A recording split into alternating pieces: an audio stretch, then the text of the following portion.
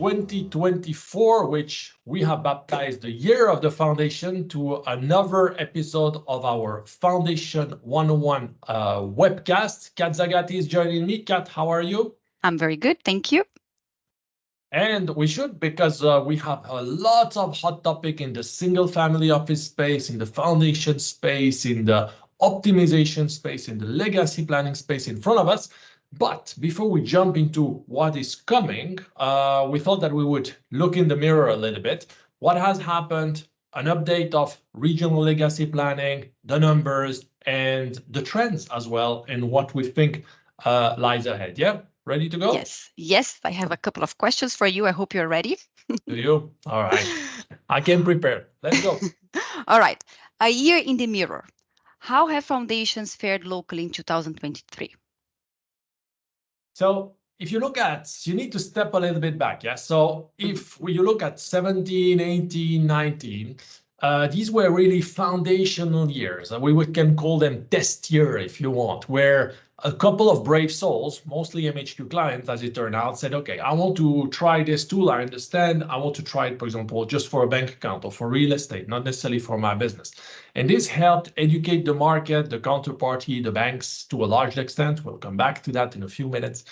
But more importantly, he said, okay, does it work? Yes. And it gave confidence to the markets. To that, we shifted to another period, which is 2020 to 2023, give or take, where you saw a consolidation in the market getting confidence about the tool, more educated, better recognized, and pretty much it going from a niche product to a affluent plus high net worth structure being used increasingly more. Land department, no problem. Private banks, no problem. DED, no problem. So, and that's where we are now. Now we are really, to me, at a pivot point, at a bridge between this period of consolidation versus maturity. And I think the period of maturity has started last year. You were asking how did foundation fare in 2023?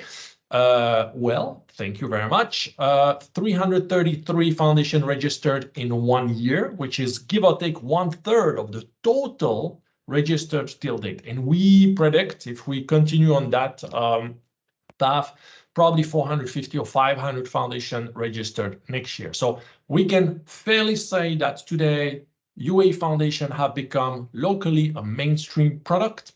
That people understand them to a large extent, not all of them, but and understand the benefits. Okay, I see. And as part of this market maturity you mentioned, have any trends emerged? So a few trends have emerged, and there are also a few trends that we anticipate coming. So if you look at your screen, this is the traditional model of holding assets pre-foundation. Yeah, so you have a founder, you have holding a consolidation. So yes, you have achieved consolidation of assets, but in terms of legacy planning, risk, not optimal. If the founder passes away, what you see is a freeze of asset and a destruction in value, often by going through the court. So not ideal. So what happened with foundation is that all of a sudden you had full business continuity, no freeze of assets, and asset protection against potential creditors or a divorce against the founder and or the beneficiaries. So super, it works, great. Now came corporate tax, and it had an impact. And the impact of corporate taxes practice was not less foundation, it's actually more foundation. Why? Because clients have started to seek advice, a little bit more technical advice. And what we have witnessed is a segregation of business line. If you look at your slide here compared to the one before, what you notice is that before you had one foundation for multiple underlying verticals. Here, it has changed. So what has changed is the fact that it will often be corporate tax more beneficial to have one vertical simple for real estate that is income generating. We tend to prefer also a foundation for financial portfolios and perhaps one for what would be the business core assets and let's say private equity. This segregation has some advantages in terms of reporting, in terms of corporate tax, and this is what we implement the most at the moment, and we expect to continue implementing going forward. Okay, clear. So that was the first trend. That is a clear trend, and really real estate will be the main driver of foundation going forward for sure. The second trend is that you can see it in the numbers. We started by reasonably traditional use of foundations. I have one asset, I put that above consolidate legacy planning. I have one asset, consolidate above asset protection. So very, very standard. Now, some people, either based locally or that have been using trust in other jurisdictions, have been thinking about, okay, can we actually use a foundation as a trustee of one or several trusts? As it turned out, yes, you can.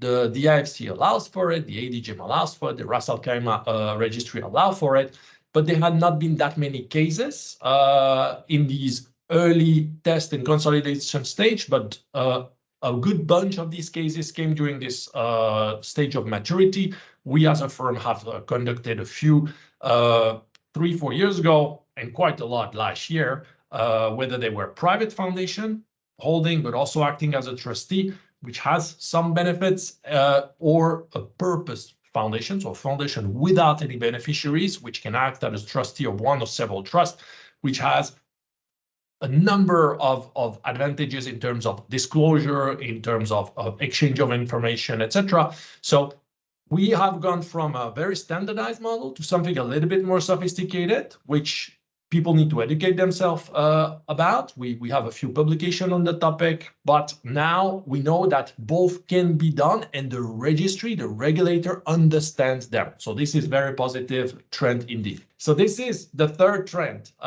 for me, which is what has happened, but also what we predict. And in an attempt not to make complete fool of ourselves, we have tied up with DIFC financial advisory firm GSB to conduct a survey of financial institutions. And next week, the webcast will be specifically on this topic, going very granular. But the takeaway is that what we predict is that financial institution in 2024 will wake up and join the party and design and build an offering that is able to meet the high demand for lending against assets held by foundation, whether real estate, whether equity release, whether financing against cash flow or generating income. Today, the market does not have specific consolidating mainstream product in all institutions. It's very morselled, but we believe that this will change, that people realize the opportunity.